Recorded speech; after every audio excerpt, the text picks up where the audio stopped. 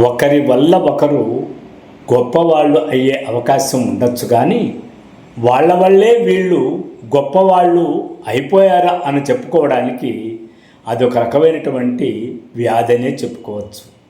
బహుశా వయసు చాదస్త్యం రీత్యానో లేకపోతే ఎక్కడో తలకెక్కిన గర్వం చేతనో అలాంటి మాటలు మాట్లాడినా అవి ఖచ్చితంగా ఖండించదగినవే.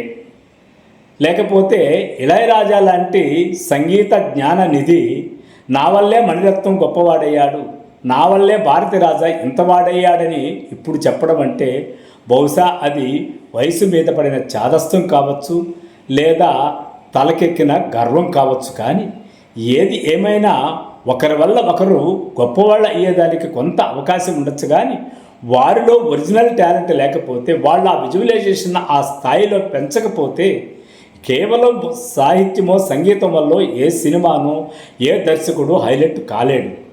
అది ఆయన అపోహ మాత్రమే. ఆయన సంగీతం వాళ్ళకు ఉపయోగపడి ఉండొచ్చు, కానీ ఆయన సంగీతమే ఆ సినిమాలకు ప్రాణం కాదు.